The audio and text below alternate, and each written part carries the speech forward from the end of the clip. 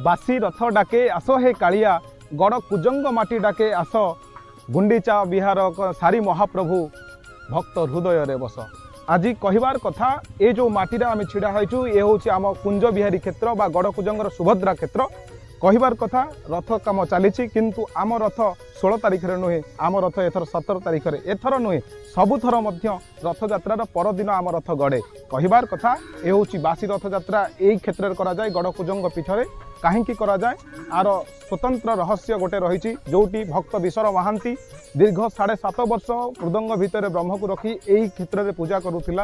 आते बेले महाप्रभु पुरी को जाइथिले सेते बेले कौन होउतिला ना ये जो रहस्य अंचलवासी को गड़ कुजंग अंचलवासी पाख जिते लोक थे ढिंकिया चारि देशर लोक समस्ते हाहाकार होते विषाद भावना रही आउ से विषाद भावना को नहीं जिते बड़े राजा कही ठीक अच्छी एठी गोटे क्षेत्र कला ये हूँ सुभद्रा क्षेत्र।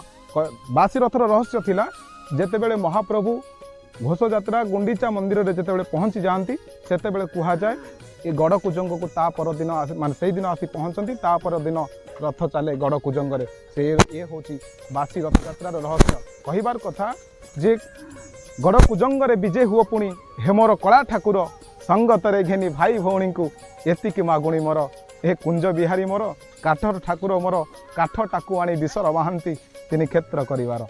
जय श्री।